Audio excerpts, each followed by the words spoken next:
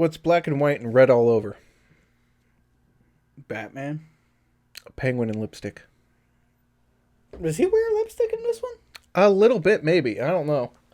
Anyways, I don't it's your boys, Steve and Brian.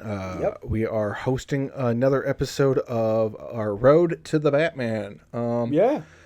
We are coming back to you with our takes on Batman Returns. It's just one could say that we have returned. Yes, we have returned with more Batman. Yes. Let us Google. What is the synopsis for this one? Oh, this one's going to be wild. Okay, Batman Returns synopsis. Let's look this up, okay? I had just seen Returns like a little while ago, and I barely remember the plot.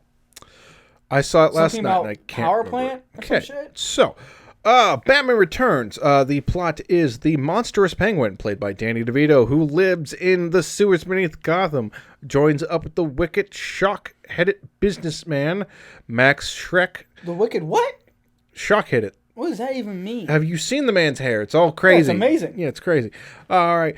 Max Schreck, played by Christopher Walken.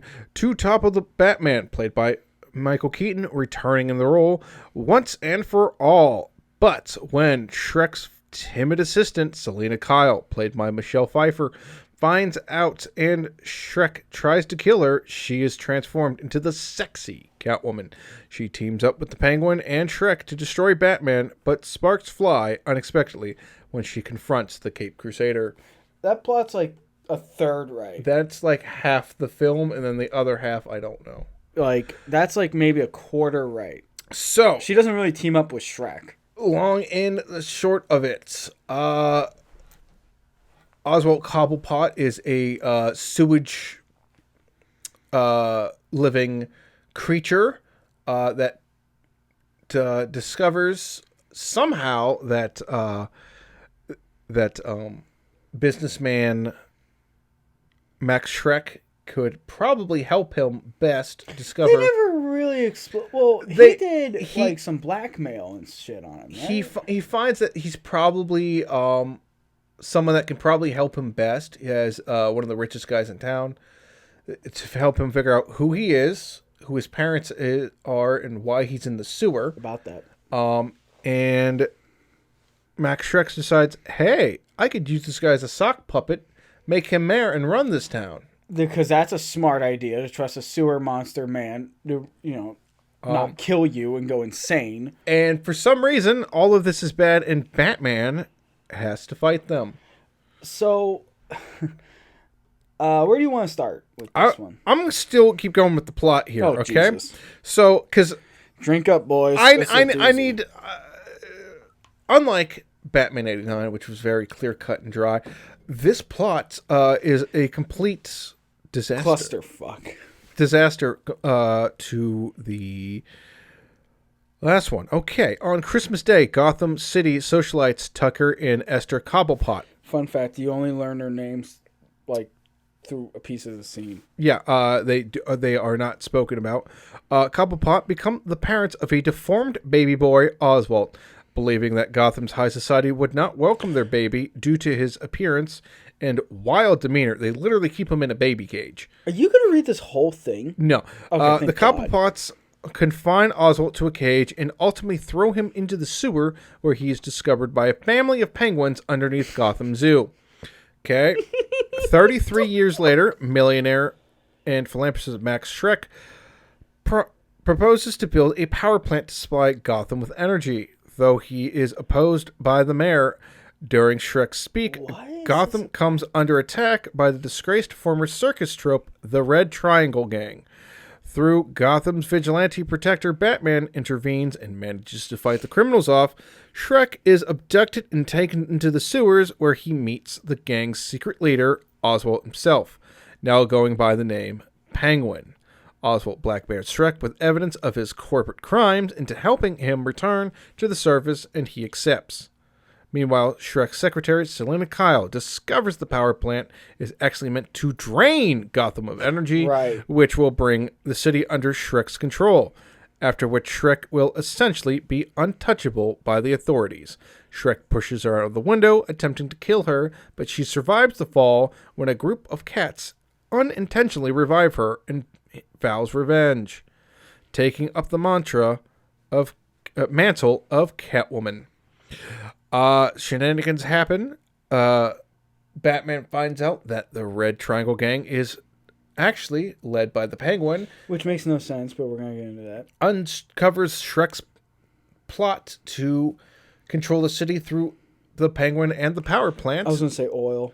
And falls in love with Catwoman and tries to help her come back to her true self. That's kind of it. Yeah, that's the best we can do because boy, this movie, holy shit, this movie gets a little It gets really confusing. So you just watched this last night. I just watched this around the holidays, and it's a good Christmas movie. It's a very good Christmas movie.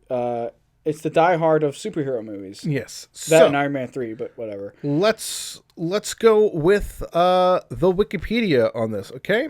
Batman Returns is a 1992 American superhero film directed by Tim Burton and produced by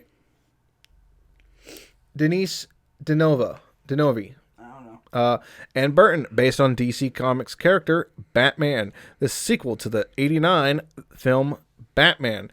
It is the second installment of Warner Brothers' initial Batman film series. It stars Michael Keaton returning as Bruce Wayne and Batman. Now top billing. Top billing now. Alongside Danny DeVito, Michelle Pfeiffer, Christopher Walken, and Michael Goff, Pat Hingle, Michael Murphy, and Vincent Chevelle. Chevelle? Yeah, Vincent Chevelle. Chevelle. Yeah, Versetti. Vincent Chevelle. Vincent Versetti. In Batman Returns, Batman forces the Penguin, who plans to kill all of Gotham City's firstborn sons, That escalated quickly. while dealing with Max Shreck's a corrupt tycoon who allies with the Penguin to bring Gotham City under his control, and Catwoman, who seeks revenge against Shrek. So, where do you want to start with this? There's still a lot more here. Oh, God. Burton did not originally want to come back to direct another Batman film, but relented and developed a script with Sam Hamm, which had the Penguin and Catwoman going after hidden treasure. Yes. Burton agreed to return after they granted him more creative control and replaced Hamm with Daniel Waters. Wesley Strick was later chosen to do an uncredited rewrite shortly before filming. I think that was where they had... All right, so if I remember right... Yeah, Sam Hamm's thing was like buried, was like treasure under Gotham or some shit. It was weird. We'll go into that later. This movie exhausts me. Yeah. Reading it exhausts me a little bit. Yeah. So it came out June of 92. So basically a year later. 3 years later. 3 years later after the first one. It grossed $266.8 million worldwide. So a lot. I was going to say, that's like $2 million less than 89, right? It's about half of what it grossed before at $400 million. This is $266 million. The last one grossed $411 million. Wow. The budget was about $80 million. So they higher budget. About the same budget. Yeah, well, we got to remember too, 89's budget increased throughout production. Yep. All right. And return of Danny Elfman to score, thankfully. Its PG-13 rating was criticized due to the dark tone and violence of the film. The villain, however, was nominated for 2 Academy Awards, Best Visual Effects and Best Makeup, as well as 2 BAFTA Awards. BAFTAs are nice. Oh, yeah.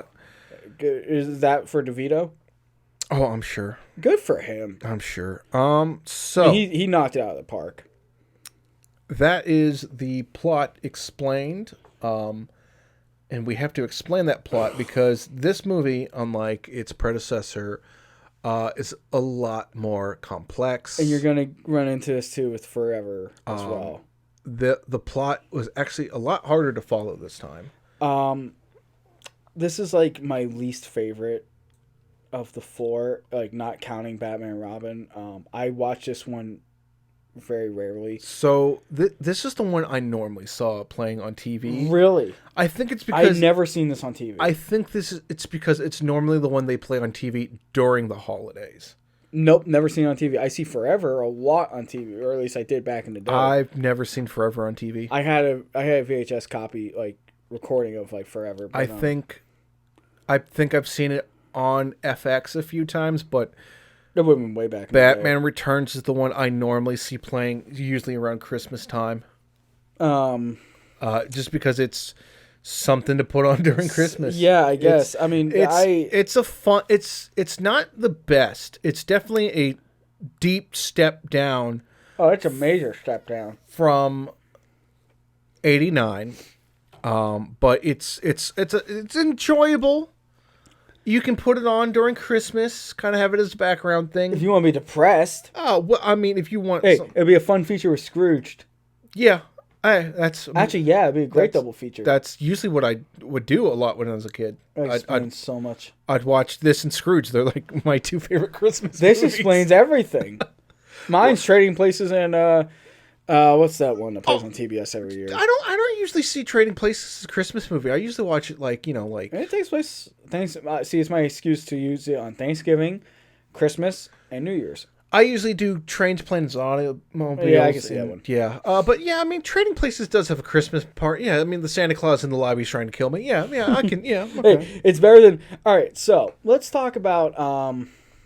I guess how do you want to like really start? I mean, you the plot is everywhere. So let's stick to the plot. Okay. Unlike the first one, which was very simple, the Joker wants to become. You have one villain, the Joker. The Joker, yeah. All right, Straightforward. The Joker wants to be the the Prince of Crime. Yeah, I guess. Like, I think his motive was just like, I just want to kill people. It's like he's like, I just want to mess things up and be a crime lord. Well, he even Understandable. said like, what's your motivation? My face on a $1 bill. He's like, yeah, it's like I want my face on the $1 bill. It's like I don't have a motivation. I don't care. I'm crazy.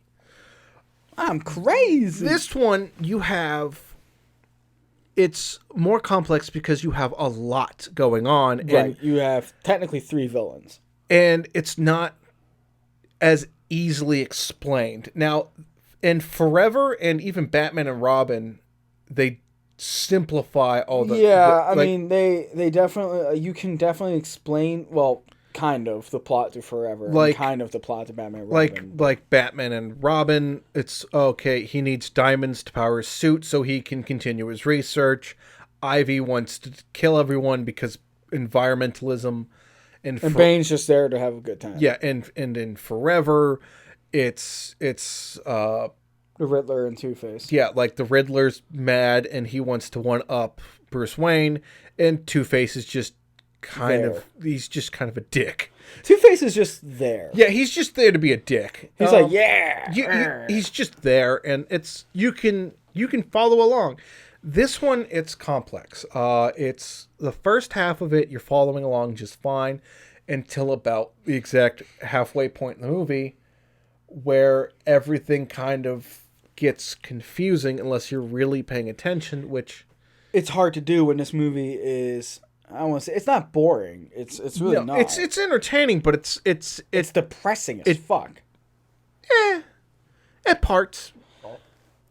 Yeah, more really like in the last bit. It definitely is more darker toned. Yeah, I remember I was not, like, whenever I'd go over a friend's house, he had this on VHS, and we just were never allowed to watch it, but yet his parents didn't mind me watching Friday the 13th, so whatever. Yeah, so this movie got actually a lot of backlash because Danny DeVito scared the piss out of kids. So here's exactly what happened. McDonald's. Mm-hmm. McDonald's they had originally like a big advertising push. You can actually find, I think, like early promotions and commercials for like their Happy Meals toys. And they saw the Penguin and Catwoman. They're like, well, we can't put this monster and this hypersexualized character in our children's toys. Yeah. So we pulled out. or they pulled out. Yeah, And this is then- actually much rarer merchandising for returns. Yeah, the merchant, as someone who collects like toys and all that, the toys for returns were very interesting. The Yeah. Penguin had his more traditional comic book appearance in the action figure line. Catwoman, we'll take Catwoman, Yeah. but it wasn't like they weren't bought a whole lot. I don't think so. They're worth nothing, but. Yeah. The parents groups really complained about the movie, which I don't, as much as I hate parents groups, I Yeah. kind of don't blame them. Yeah, because like I remember as a kid, Danny DeVito, so Danny DeVito was kind of a scary person to me when I was a kid because of this movie, and then Matilda when he was the scary Which he pretty much dad. did like back to back. Right? Yeah, they were both 92-ish. 92 to I think like 93. Yeah, the movie that finally got me out of that was Twins. Yeah. because like he was just such a goofball. I in love that. twins, man. And Oh then- my god. And then I wish I did triplets. when I saw him in like What's the Worst That Could Happen, I was like, you know what, this guy's all right. Yeah, I love Danny, man. He seems cool. But like, you know, he was always playing like a weird kind of a monster a lot of times. But then, like you'll see him in heartfelt stuff, and I'm like, okay, this guy's yeah, just, he's you know, a sweet. I've heard a very, very lovely person. always a nice guy. That's probably why he's so terrifying as the Penguin. Yeah, 'cause we're all so used to him. Like I'm so used to him as like being nice. It's like what we talked about in the last episode. Like Robin Williams as like the Joker. I couldn't see it. I could not see Danny DeVito as the Penguin, but he is a horrifying person. I can really understand how he got the role because he's a very short man with a very commanding voice. Yes, and it's actually he was. So, do you know why the Penguin and Catwoman are in this one? No. Originally, the villain was gonna be Two-Face. Uh-huh. Sam Hamm wanted Two-Face. And that's his favorite Batman 2. We're going to do Two-Face. Burton, when he came back on, he's like, yeah, let's do Two-Face. That makes sense. Because you had Harvey Dent in the last one, even though he was really only in it for 15 minutes, but whatever. So then Warner Bros. Came in and said, well, people don't know. And people didn't know Two-Face, and I kind of get it.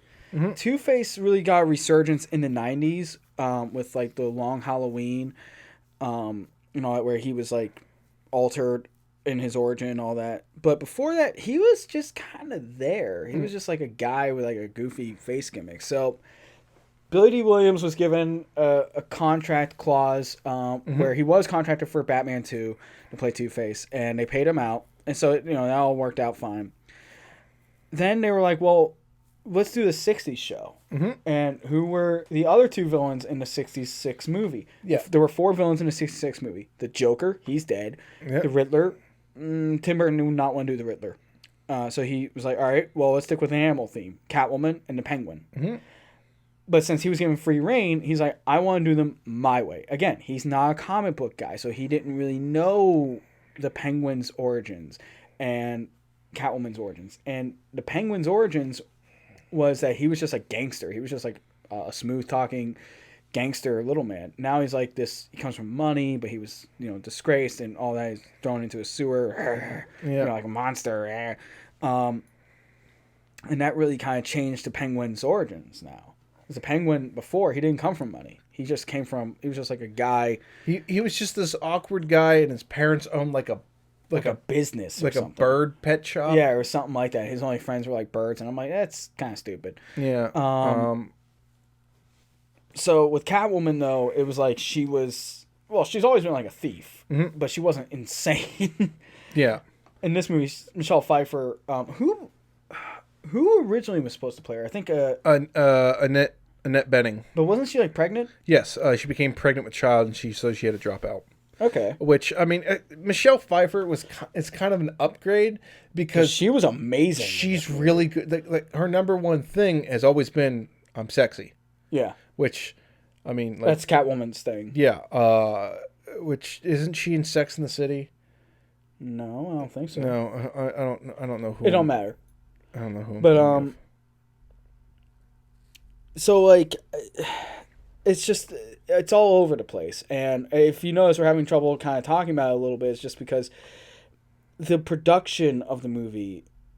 So Anton first passed away in between the movies. So Gotham's totally different now.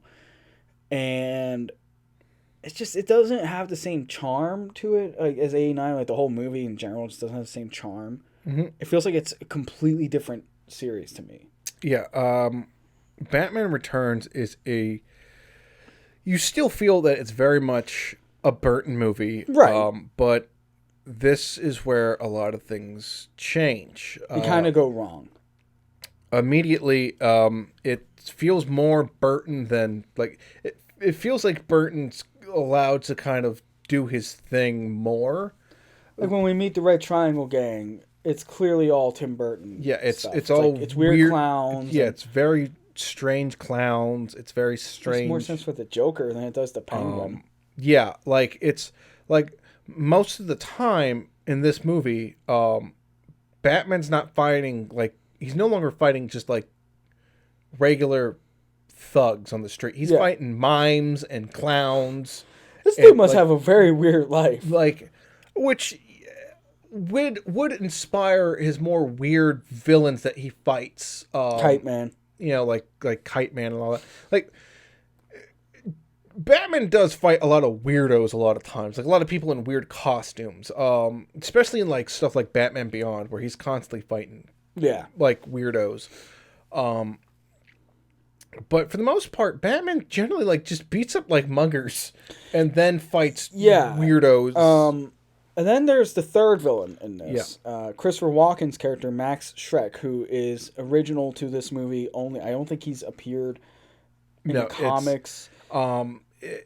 He is just...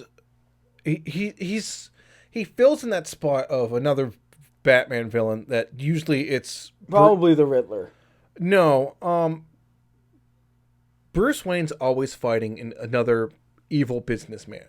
A mirror of him, where Bruce Wayne is a charitable person who's sincerely charitable.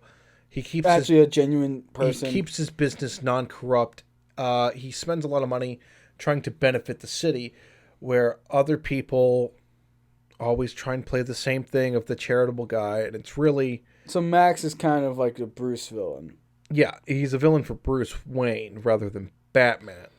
And he's trying to steal energy? No, he's trying so yeah, it's basically he's building a power plant that instead of providing energy actually steals it, and so he can control the energy grid.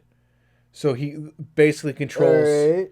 So basically, like, he's like, "Oh, you don't want me to be like your king? Well, the hospital no longer has power." How the fuck would he get away with that? He in real life he wouldn't. Yeah, but I mean, obviously we're talking about a movie where a man dresses up as a bat. This movie, right off the bat, right from the start, is no longer grounded. The first one. Anything that like Tim Burton had with like the groundedness of like even Gotham. Like, you could believe, okay, a gangster fell into a vat of acid and became crazy, and sure. And he made a chemical that makes people, like, laugh to death. Sure. Right. Now you have this deformed man... who lives in the sewers. Who was raised by penguins, has an army of circus people, and then a billionaire who is going to control the power grid in a way that's not explained well. Yeah, it doesn't really explain like how the power plant works. Like they only... it's really... I mean, you forget about the power plant, like...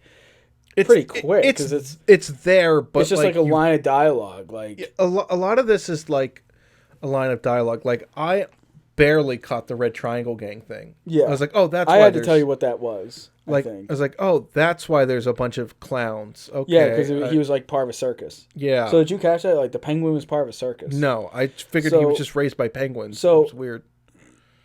If I remember right, the penguin was part of a circus, and then. He was part of a traveling circus, the Red Triangle Circus. Mm-hmm. Then people and kids started disappearing. Mm-hmm. And then the penguin was a suspect. And mind you, this is literally told to us as like a line of like dialogue. Yeah. Like midway-ish through the movie. And the penguin is implied to be a serial killer. Yes.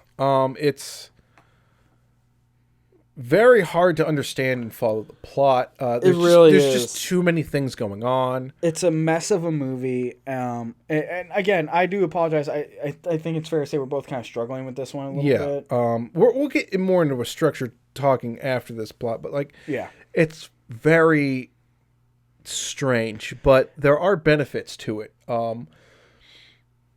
I think they gave the Penguin more depth than he's ever had. Yeah, they help bring the Penguin into the limelight here.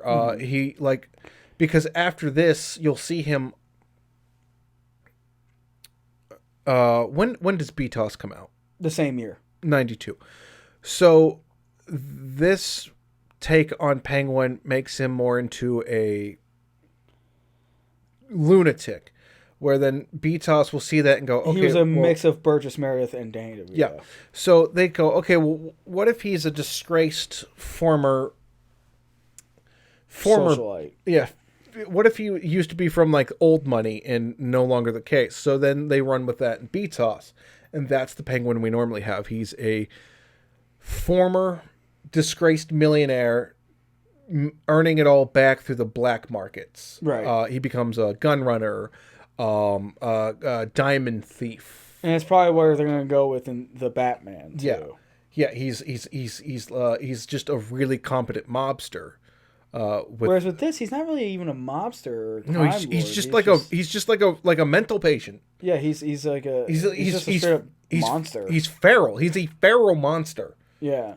He's not even human. Not really. Yeah, no, I don't think this Penguin's human. No, like, which makes you wonder, like, the hell were Tucker and what was the mom's name? So I have an idea. So the father is played by Pee Wee Herman. Yeah, Pee Wee Herman. Whatever his real name is. Paul Rubens. Yeah, Paul Rubens. And I forget else, but yeah, you don't even know their names. It's Tucker and Ethel. Ethel. The hell were they doing to create him? Okay, so I have a theory. Okay, later in the movie, every time the Penguin bleeds, or he's constantly having like this weird ooze. Yeah, he's oozing. He's oozing out of his mouth some like blue liquid. He's literally foaming at the mouth like he's got rabies. When he gets cut, it's all of his blood is blue sludge. Okay, right. And wasn't your blood normally blue until oxygen? No, that's a myth. It's always red. I was mistaken. Yeah, no, it's because your veins are blue, so people theorize. No, it's I was lied to by my health teacher. No, that's just, that was at one point they thought that was what it was, but no, that's been disproven. It's always red. But his blood is blue. Now the term blue blood, kind of what? Nope. Yeah. Nope. Nope. He's walking away. Nope. Just no. Really? So my theory is that they're old money. Now, old money has always been rumored to keep the money in the family. Oh, God. And the only way to keep it in the family is to marry the family. So like what? Esther is Tucker's like sister or a cousin. He's probably the product of some sort of inbreeding. God. It all lines up like Charles II of Spain was inbred to fuck. No, really. They have like so, health problems and all that too. Yeah. Oh yeah. They all do. They always have. So I'm gonna assume that Oswald is the inbred son of like. For all we know, that's the situation. But Tucker and Ethel were not his mother and father. Yeah. I mean, I don't know. It's all off screen, and they're screaming, and you only see this. Like you see them in the beginning. Paul Rubens is looking out the window. Kind of. His wife is screaming. He runs into these like huge doors. Yeah. I'm like big rich guy doors. Like, dude, what are you doing? With your life. Well, I mean, he screams, and then they're drinking, and they look out the window, and they see their cat get eaten by Oswald. Now, Oswald's in a crate. He's in a cage. Yeah, he's in a cage, and you don't see him. He's the Tasmanian goddamn devil. Yeah, you don't see. You just see like a little flipper hand grab him, and then they decide to take him for an evening stroll and throw him into the sewer. Yeah, which that's always a smart idea. I think the cage scene was always kind of cut out of the TV Oh, it definitely was. I only remember. I always kind of remember them just like dumping the baby immediately. Yeah. Like that's where it starts for me. That's also one that's kind of iconic. Yeah. Is that. So I'm gonna assume that that's the deal. Is that this is an incest situation? It's never elaborated on. We don't even learn. No, you're not, you don't learn anything about the Cobblepots. You don't learn anything about them, but that does establish into the Batman lore that he's disgraced millionaire type. Which I wouldn't hate that actually. That's usually how it is. Like in the show The Batman from 2005, yeah, something like that. Cobblepot hates the Pennyworths because they were both rich peoples. And Pennyworths? Do you mean the Waynes? No, the Pennyworths. Oh, interesting. Alfred was like this rival family that became butlers to the Waynes. And Cobblepot's trying to become chummy with the Waynes because they're both rich guys. And he's like, no, get away from me, you fucking weirdo. Like, why do you look like that? Leave. Yeah. Okay. I have to watch the Batman again. Yeah. And so, fun fact is that in Gotham, they actually bring Paul Rubens back as his actual father. His name wasn't Tucker, though. I was really bummed out. Well, I mean, yeah. That would have been like a deep cut. Like, wow. So then... Let's talk about, I guess, Catwoman, since we've talked about the Penguin. Yeah, so this Catwoman kind of, again, with the animated series, established what Catwoman is, in a way, of this black-leathered, stealthy acrobat. So she already had a suit like that in the comics at that point. Okay. It was like a gray in year one when she appears. It's the gray one that you normally associate her with. This one's interesting, but it's like a dominatrix. It's a dominatrix outfit that's stitched together. Yeah, and it is like, what the hell? It's very Burton-esque. He loves stitching leather. God, he should do a Texas Chainsaw Massacre sometime. Oh, I mean, I'm pretty sure they tried to get him to do one once. He's like, no. It's like, no, you're not ready. You're not ready for this. Who the fuck does Pat Hingle play? Commissioner Gordon. Oh, yeah. All right. I always forget what Pat Hingle looks like. Oh, God. Who is useless in this movie. At least in 89, like, he was kind of there. He was kind of doing stuff. Yeah. But, which we didn't really talk about him. He's just kind of, like, he's just there. It's not a great commissioner. But in Returns, it's hilarious. It's like Batman wrecks the Red Triangle gang. He's like, oh, Batman, we're so happy that you saved us because we have guns and we don't know how to shoot people that are trying to kill us. Yeah. Gotham PD really takes a back step. So Michelle Pfeiffer's character really helps to establish that it's a woman trying to break the glass ceiling, representing the early 90s rise of feminine. Her and Poison Ivy and then later Batgirl kind of they're hammering into the point that we're sort of dealing with third wave feminism. And Hollywood's kind of slowly agreeing to that's what's happening here. Is third wave feminism is coming into the pop culture. I'd say that's really predominant more in Returns than it is in Batman and Robin. There's a line. We'll get to that later, but I think I know what that was. You talking about Returns? Yeah. I think I know what line that is. Where she's like, yeah, this whole bullshit's giving all the rest of us feminists a bad name. And you're expecting some Batman to save you. Yeah. That's actually a really good line. So, like, this Catwoman, she's strong. She's independent. She's going to break the glass ceiling herself. She's like, what are you waiting for? Batman to save you, woman? Come on, get the fuck out of here when she saves this person. She's from being mugged. She's a femme fatale.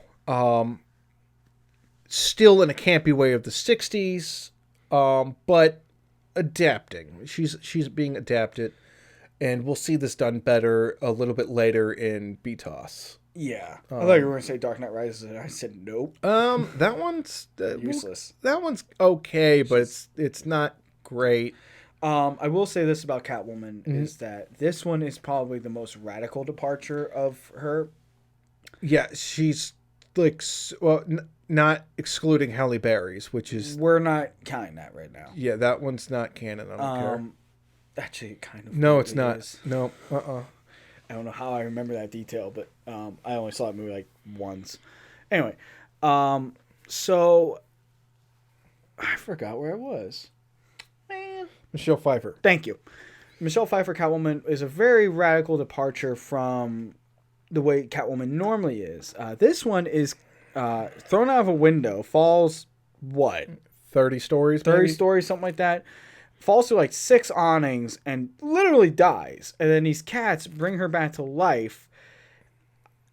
I guess this isn't really explained. And then she's like insane, like the Joker, and kind of like a radical version of her. Like she rips apart her apartment. She just is like nuts. And she goes from like this meek, kind of like really quiet assistant to like. Now I'm just going to say to hell Which with it. I mean, like you can just say, hey, that's traumatic brain injury for you. It is. That's a CTE for you. Yeah, right I'm like, there. yeah. I mean, you could easily explain it like she lived because she fell through the awnings and all that. Because these aren't like plastic awnings; these are just like those cloth awnings. Which who has that many awnings on a building? But anyway, that's my hardware store employee self talking. Yeah, that makes no sense. But moving on. Yeah, it's very New Yorky where it's like, whatever. There's a bunch. Then she's not really a thief, kind of. I mean, she's kind of a thief, but like you said earlier, her whole thing is that she wants to kill Shrek, but doesn't. Yeah, you think her main Oh, motivation... no, we don't mean the giant green monster. I keep imagining. I know. I'm just picturing Shrek is yelling at the penguin like, "Get the fuck out of my swamp!" I don't understand because she's like not actively going after like jewels and stuff like that, and she's not actively going after Walken's character. We're just gonna call him Max. Max, Save you from laughing. and I don't quite understand why that is. Well, I mean, I think I have a theory, but we'll go into that when we talk about the production of this one, which was kind of not a mess, but just like a little bit more weirder. It wasn't as clean. It was definitely weirder. It seems like there was a lot more rewrites to this. A lot. No one was quite sure what they wanted to do with it. Mm-hmm. And it seems like a lot of changes were done for the sake of toys. That and they try to appeal to the 60s, but Tim Burton was like also given way too much control. The common theme that we're going to find in the next couple is that lots of changes are done in order to sell merchandise and to appeal more campy for those that are seeking the family-friendly yeah aspect of Batman, where like 89 was like, it was digestible. It was like, okay, you can take your mom and dad to it who grew up on a 60s show and they would enjoy it. You can also take your cool teenager, like edgy son, like, yeah, man, Dark Knight Returns is so cool, man, and he can enjoy it. Yes. Whereas Returns, it's like, you guys can't see the face I'm doing, but it's just like, oh my god. Yeah. It's just it's I remember people being excited, but I mean, you remember? No, I mean, I remember people talking about it. Okay, I was gonna say, wait a minute. How old are you, sir? I was a few. No, I wasn't even born. Neither of us were born yet when this movie came out. Yeah. But we experienced, I think, the fallout of the movie. Yeah. So, like, immediately, the plot kind of makes you go like, wait, why is there even a fucking home birth? And you go, oh, incest. I guess. Yeah. I mean, I don't know. That's got to be a way. I mean, that makes sense. That immediate, now, like, you really bring that out. I guess, like, I always kind of thought about it. Like, well, because, like, I guess it's because it's still that 50s style of, like, doing everything. When he runs for mayor, wouldn't that be brought up at all? No, because they don't know who the fuck he is. He goes to the thing. He says, "Oh, my name's Oswald Cobblepot," and he goes to his parents' like grave. Well, they're dead, and they're like, "Oh, I guess, yeah." And no one keeps track. So about that, you missed something. I missed a lot. Explain. Batman already knew that so Cobblepot already knew who he was. Mm-hmm. He already knew long before the beginning of the movie. He was only doing this to get birth certificates on who was the firstborn in Gotham City. so that way he can kill them. Okay. Do you remember like Batman was driving through like Gotham somehow, and there's like no traffic, and like at all, and he sees like he somehow just sees the Penguin in like a public library, just like reading through birth certificates and going like, "Arr, arr." You know, like oh god, that noise sounded weird. Yeah, he gets really like Because he's doing like Burgess Meredith's Penguin would do that. he did a yeah he did a penguin. Fuck you. Yeah, he did a penguin quack. Go get him, Rocky. Yeah. Wait, wrong franchise. So DeVito's performance, it's weird. He's like this feral monster that like speaks like it's Shakespeare. Yeah. You know, Well, it would have been cool if he actually quoted Shakespeare, like how the Penguin actually does in like the comics and stuff, as like he's eating like a fish, like that black ooze is coming out of him. Yeah, and then like Michelle Pfeiffer's Catwoman is this lunatic that apparently can't die. Yeah, I don't understand. I don't a zombie. I don't know if she has powers or not. It's not explained. So I mean, she can suddenly do like flips and survive like crazy things. Yeah, like I mean, she gets shot, and I could never tell if she was being eaten by the cats or if the cats were giving her like cat powers. Dude, you got me. I have no idea. Same thing with the Catwoman movie. It's the same thing. No one knows. Nobody knows. Not even a writer knows. So the thing about this one is that since there are 3 villains, this movie barely has Michael Keaton in it. I don't know. Really? I don't know is if he in it less than he was in '89? By a lot less. It's almost to the point where like he's not even aware that like the movie's happening until like it showed up. Like I think maybe he was busy with other projects at the time, so they wrote him like into it less. But like for the first half of it, he's barely in it.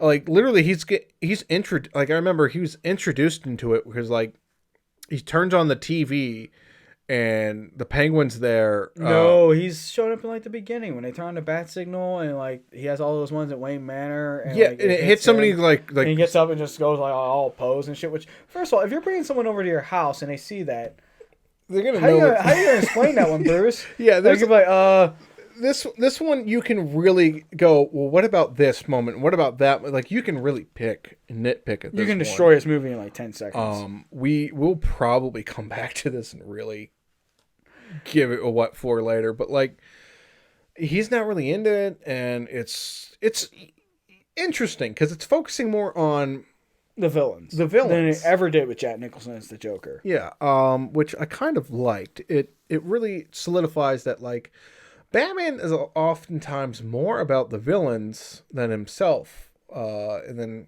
of course a lot of times it's more about him, right? Than like who gives a shit about Calendar Man? I do, damn it. I am Calendar Man's #1 fan. You know who's also awesome? Kite Man, Polka Dot Man. Yeah. Man Bat. Yep. Nothing? You gonna give me nothing on that one? No. Fuck you. No. Sandbagging you all the way in that. Wow. Yeah, like in the performance that we're getting out of Keaton in this one is different. I was gonna say, I mean, he's not like phoning it in, but he doesn't seem it's as interested. Yeah, he's like not as interested in like everything that's going on. It's more like he's just trying to like focus on himself. Like Vicky Vale's completely ignored. We're gonna get into that like, as to why. Like it's like, oh yeah, my last girlfriend was a reporter. So they do mention Vicky in a line of dialogue. He's like, yeah. Oh yeah, well, who brought Vicky Vale into the Batcave, huh? Yeah, like she's mentioned, but she's not there. Yeah. And actually, I don't think he says Vicky Vale. I think he just says, oh, she was a reporter. You know, that's when the last girl. But like unlike his relationship with Vicky Vale, which was more like a fling of convenience.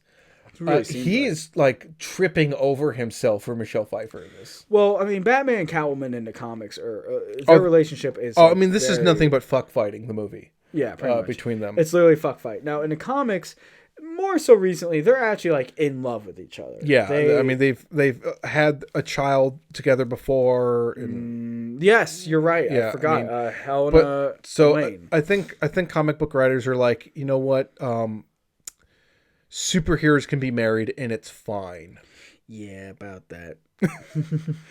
They still keep, like etch a sketching divorced, it. Superman's away from Lois. Peter Parker keeps losing Mary Jane to... Or Gwen Stacy. Pick whichever one these days. Yeah. Yeah. Remember, no one in comic books can be happy. Superheroes can be happy and married and still fight. That's what makes them good. Nope. But now if you ask any editorial. This one, it really, it's helping us understand that, like, this is a human. Bruce Wayne is a man who actually can feel feelings for people. He's not as insane as he was. Actually, I mean, you said earlier he kills a guy with a bomb. Is that like the only? No, he lights another guy on fire. Oh no, he kills a few people, but it's not like it's not like blowing up Axis chemicals. Yeah, I mean, like in this one, he's like smiling when like he blows that dude up. So would you say he's crazier than he was in the last movie? Or? No, he's more. He's less crazy. Less crazy. He lights a dude on fire. No, those people light themselves on. Everyone that he kills, it's their own fucking fault. Is that how he justifies it? Yeah, it's their own fault that they died. Your problem, not mine. I'm innocent. The guy had a bomb on himself, so he blew up. Nothing I can do. Oh, well, he tripped into that sewer. Yeah. I mean, blood's on his hands, but it's forgivable. It's not a big deal.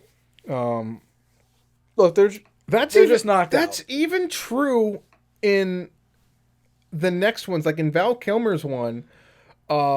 He really tries not to kill anybody. Two-Face blows up one of his own guys, and Batman just, like, lets that happen. He's like, oh, I mean, he was probably a piece of shit. Yeah. Like, a lot of the plot's poorly explained. Christopher Walken's character really feels like he's from another movie, which... Yeah, it really feels like it's like they put someone from another universe into this. A View to a Kill. Let me explain. Okay.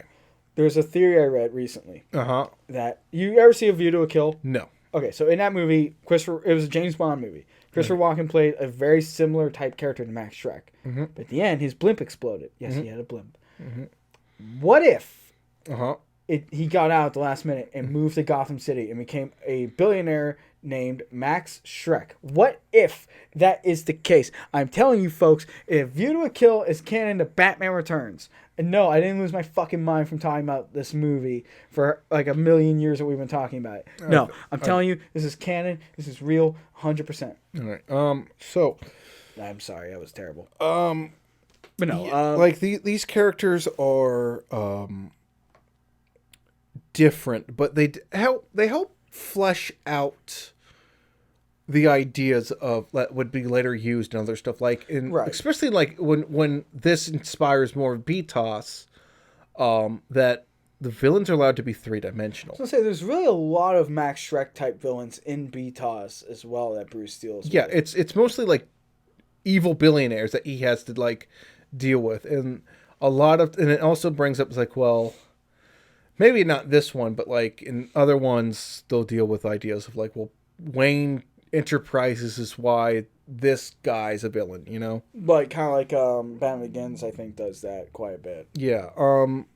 So this kind of establishes more of the status quo of like how Batman can be darker, but it's also a lot more campy now. It's even campier than the last one, and very much so. Because like Danny DeVito is like, if you thought Jack Nicholson as the Joker was eating scenery, Danny DeVito eats it like Hannibal Lecter. Like he's like eating it like it's his job. Yeah, he is, and Michelle Pfeiffer is cuckoo bananas, but not as cuckoo bananas as the lady they passed up for the role. Oh, Sean Young again? Yeah, where she went to Tim Burton's office and like, what was it she did? She went in as like a Catwoman suit or something? Yeah, and like she was nuts, and then she went on TV dressed like that, and it was like, oh, this is a lunatic. Yeah, I'm not sure what her deal is. I mean, yeah, sorry you missed out on 89, but like, That's not going to get you the job, she lady. she tried to get like daytime television to campaign for her, and it's like, you are a nuts. That's why you don't ever hear from her anymore. No, because she was a crazy person. Everyone's like, no. So, all right, I guess so Max tries to get the Penguin to run for mayor, and so that's actually not like a new thing to this movie. No. The Penguin running for mayor. That was like in the 60s show, and I'm pretty sure in the 40s. The Penguin, there's often times where he's running for mayor. He runs for mayor in Gotham. He runs for mayor in the 60s show. In the 60s show, in BTOS, in the comics a few times. Yeah, so it's always like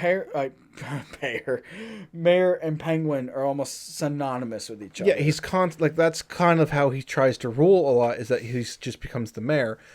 And this kind of establishes the problem we have with the Batman franchise, is that Gotham might as well be the only town on Earth. Yeah. Because people act like if you control Gotham, you control the world. And it's like, this is like a town in New Jersey. Yeah, this is like a terrible place to live. Why would you... This would be like if you... Like, let's say Al Capone was alive today, right? This is like if he tried to rule Detroit. It's like, okay, whoop-de-doo. Like, yay, good for you, get lost. Yeah. Like, who are you? It's like, you're not even the most... It's like, okay... It's not even like a use... No offense to anyone who lives in Detroit, but... But it's like your power extends to the greater Michigan area. Yeah, like, literally one state over, you're nobody. Hell, 3 states over, no one even knows you exist. The hell is Gotham City? You know? Like, let's say like he tried. Let's say Gotham's in New Jersey, right? Yeah. He rules it, whatever. He goes to like Pittsburgh. Like, who the fuck are you? Yeah, like get lost, Jagoff. There's a new mayor of New York. I don't know their name. I don't care. They don't affect me. They don't affect my world. Like it makes no sense. Like, yes, in the context of the movie, it's a bad thing, but Gotham, like you said, may as well be the only place in existence. I mean, like, Max's whole thing is he's going to control the power grid. Okay, well, here's the thing about that. The United States grid, which they're an East Coast city, right? Presumably. Very easily, they can reroute power back to that city. State of emergency, bam, boom, done. And then Max is arrested. Yeah. The Penguin's plot actually makes more sense. He's going to kill the firstborns. Okay, I can see a dude trying to do that. Yeah, and he's clearly got he basically, what happens is that the Penguin they frame Batman for murder, right? Of who? There was a Christmas tree unveiling, and there was gonna be this ice princess lady. She's like a model. Oh yeah, they kick her off the rooftop or whatever. Right. And there was like these bats and all that, and so they framed him for murder. You forgot about that entire plot. No, I remember that scene, but in my mind, Catwoman killed her. In my mind, no, Catwoman helped kidnap her, and she says, "Well, I thought you weren't going to kill her." And he goes, "Yeah, that's right. She doesn't want to kill anybody, but just Max." I swear, I remember there was someone told me that like there was a boob scene in that. Nope. It was like a controversy thing, but I think that was just one of those playground myths surrounding the movie. Hey man, Max Shrek was supposed to be Two-Face. No, he wasn't. I could see how that was originally. That's well, I'll get into that because that's a common misconception with Two-Face in this movie. Two-Face, we're gonna get into it, but Two-Face kind of affects this movie. And I think a lot of plot points that they did for Max and the Penguin were gonna be plot points for Two-Face and Dent. Yeah. So the Penguin is kind of living on the high life now. He's figured out his name. He's got the names of the firstborns. He's working on a plan. He's kind of having Catwoman, I guess, as a friend. They don't really do anything. I mean, like they're trying to fuck each other. She don't want to fuck him. No, there's chemistry between them. She's just like, okay, yeah, if you help me kill Batman, or you help me stop Batman. Wait, I'm sorry. I zoned out. I thought you're not talking about Wayne and Catwoman. No, I'm talking about the Penguin and Catwoman. Oh, he wants to hump her leg. Yeah, she's like, no, you weak little goblin. We are friends, barely, sir. Like we are colleagues at best. We are like, I see you maybe once a month, and we get like a sandwich. Yeah, that's it. Even then.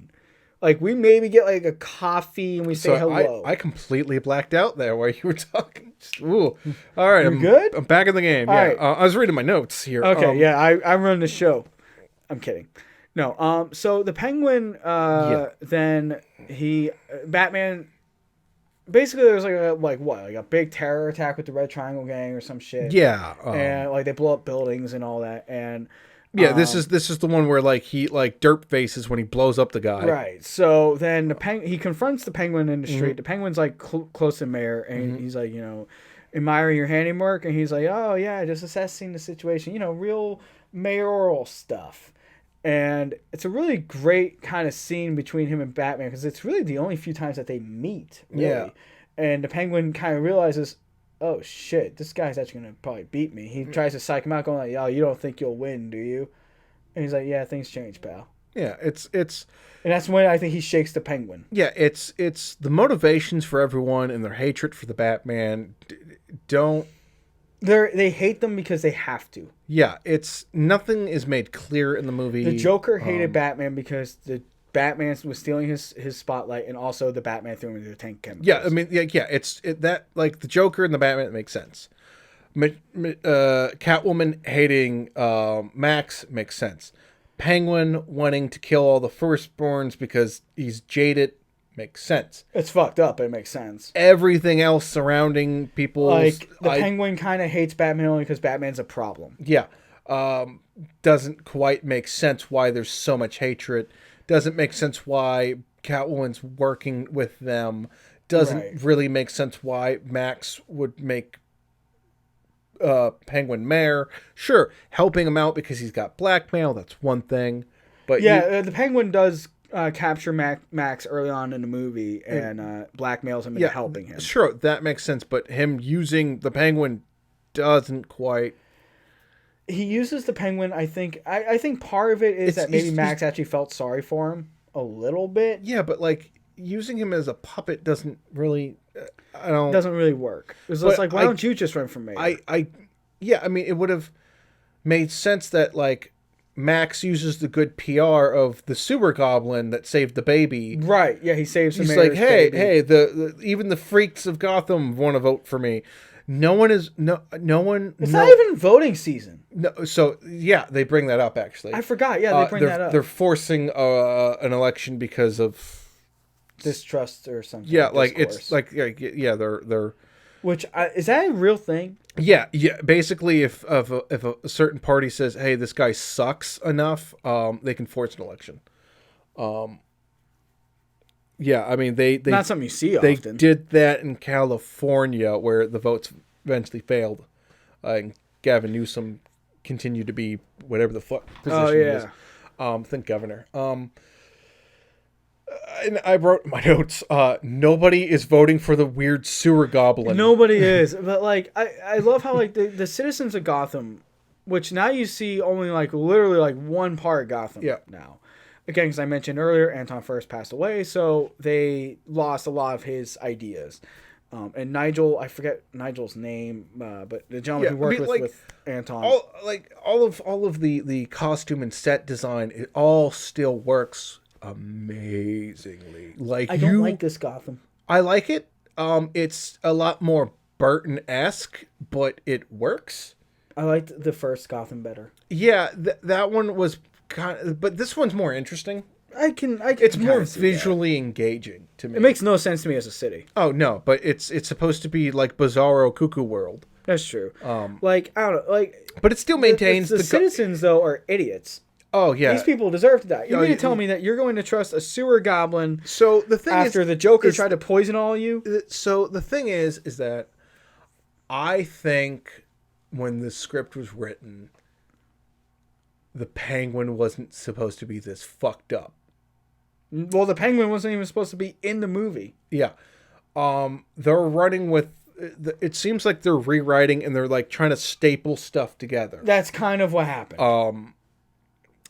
If this was a normal Penguin, it would have made more sense, like the Burgess Meredith style Penguin. Yeah, where it's what we're getting. He's like, oh, my family. Like hell, even the Gotham Penguin makes more sense than this Penguin. Yeah, anyone who it's like, I'm clearly an established old money man. I'm a citizen here. You all know me. I saved this baby. Haha. Sure. But he's a foaming at the mouth weirdo. Yeah, who has a skullet. And He came out of the fucking sewer. It's like I can't stress this enough. He's a sewer goblin. Easy there, cowboy. But no, you're right. He is a sewer monster, baby, demon, man thing. No one is voting for it. Like, nobody's gonna look at him actually seriously and be like, no one's gonna be like, hey, man, what's your political stance? He even goes, I eat babies. No, he even brings it up. He's like, I'm running for mayor. Like, I don't have a fucking political agenda. I don't have a clue as to what the fuck they're doing. He's like, don't worry, I'll take care of it. But they do. He was an idiot for trusting Max. I mean, they do kind of make it make sense. So yeah, they do. And but like, it still doesn't. It seems like the more the Penguin's in on the plan, the more he actually kind of has. Still like, a doesn't idea. hold water. No, neither does the Penguin. Yeah. So everything kind of goes to shit. The Penguin tries to hijack the Batmobile and tries to kill Batman and fails. But he says, "You gotta admit, I ran this stinking city, or I played this stinking city like a harp from hell." Yep. They record that. Yep. And then when the Penguin's giving his speech, somehow they hack into his PA system and they play that. And the Penguin has this look of like, uh-oh. And he starts getting thrown like shit at him. Max leaves him.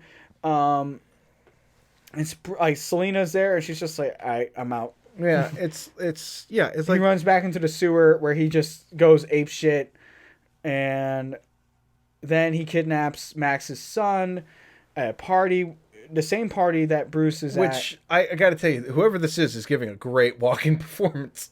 Oh, his son? Yeah, Andrew Bryanarski. Yeah, he's a stuntman. He's great. He's giving a great walking you know why? impression. Because in real life, he's a douchebag. Oh yeah. He played Leatherface in the remake of the Texas Chainsaw Massacre, and is a complete dickhole, from what I've heard. Oh well, I mean, I don't know. That was almost 20 years ago. Yeah, so I mean, maybe the guy changed. Maybe he was having a bad week. I don't know. That's possible. I don't know. Conventions are rough. Yeah. So the Penguin comes up. What was it? He was on like a duck or something. Yeah, he's on a giant fucking duck. Yeah, the set designs are great, but like the props are wacky. They're wackier than Batman normally is. Like Batman can be really wacky, especially the 90s era Batman is known for its wackiness. And hell, in the next movie, he's not even as wacky. I mean, as this one. like he has a giant penny in the Batcave sometimes, and so Batman goes on some wacky fucking adventures. So during all this as well, Bruce and Selena meet, and they actually do have more chemistry, I think, than Bruce and Vicky. Yeah, this was written a lot more chemistry. And I think her and Michael were dating at the time. Probably. I think so. I think, or they had just dated or something. Yeah. So there's definitely like legitimate like chemistry between them. Chemistry. You can feel the chemistry. And they both find out who the other is through a mistletoe quote. Like, mistletoe can be deadly if you eat it or something like that, which ew. I don't know. Yeah. I mean, they both, she actually has this like panic attack of like, oh shit, do we actually have to start fighting? And he's like, he tries to calm her down. Like, no, listen, just calm down. And then she brought a gun to the party because she wants to shoot Shrek. Which, lady, you had like 16 opportunities to kill him earlier. Yeah, I don't like. So it seems like it's really. It's like the movie forgot she was supposed to kill Shrek and then remember she was supposed to kill Shrek. Yeah. So the basing of the like even the way it ends where she kills Shrek with the power plant and right of like a generator, which we're gonna get to that because that's some wild shit, and that's how she dies. And supposedly there's just so much weird. I do apologize for kind of skipping, like just kind of fast forwarding a little bit, just because this movie is fucking nuts. We covered it basically all we need to cover. So the ending is the Penguin kidnaps or he's going to kidnap Chip, I think is his name. Yeah, and then he kidnaps Max instead. He's like, you know what? No, fuck you. I'm going to take you with me. He's like, puts Max in a cage. Yeah. A monkey gets Max freed or something? Yes, a monkey frees him. Because Max offered peanuts. No, it's the 90s and we need to have monkeys in like little butler suits. Sure, why not? Catwoman has already been like quote unquote killed a couple times. She fell through a greenhouse. She fell into a truck. She got stabbed, I think, by the Penguin. Yeah, I don't know. She got stabbed by the Penguin. Mm-hmm. So that's like what, 3 lives down. Yeah, and so 3 lives down. the Penguin, Batman tracks the Penguin down to the sewer. They kind of have a scuffle, which is hilarious. Like, if you thought Batman wrecking the shit out of the Joker was funny, Yeah. this is funnier. Oh, yeah. This is like a man, like literally a man in a Union suit looking like a giant baby fighting a man in black leather. Yeah, the Penguin, like, gives him a run for his money. It's Kind of. It's Danny DeVito just, like, pick him up and throw him. He can't because he's in such a compromising suit. He's like, and he falls over, and they just imagine they both just fall over, Like, honestly, and they can't get up because they're like, both, honestly, like you can probably kick him in the face pretty easily. He's only 5'5". just punch him. Yeah. Like, just so the Penguin has like these penguins with missiles. Yeah, I was gonna say, I think you forgot. No, he's got like an army of penguins that he's like trying to and the Red Triangle Gang bounces. They leave him. Yeah, by like you're like 60% through the movie, and then just so much stuff is going on. You're like, wait, why do the penguins have missiles? Why is this happening? Because fuck you. Yeah. So the plot is super hard to follow. Some stuff did come out of this movie that I think is good. Like a lot of like the Penguin. The Penguin's honestly the shining star of this movie. The Penguin and Catwoman. The Penguin having all these gadgets and being tenacious and being power hungry. That does all this. All that comes from this movie. Yeah. Catwoman being a feminist icon instead of just. She already was. Yeah, but this really like kind of cements it for the general audience. Yeah. Who didn't read like Year One or something. Batman falling in love with Selina kind of really that brought that more into the public conscious. Yeah.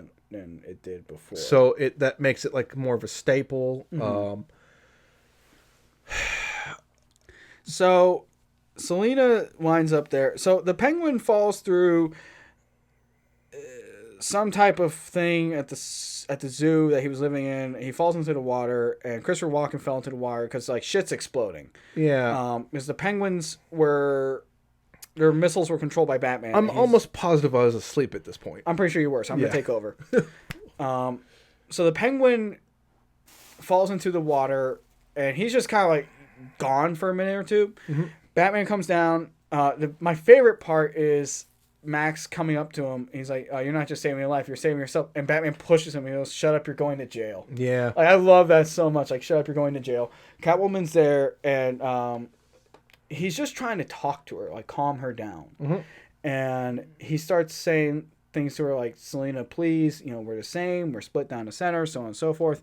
He finally rips his mask off, which I'm like, why are you ripping it off? Just take it off. No, I mean, he's ripping this. Like, they better have done this in one take.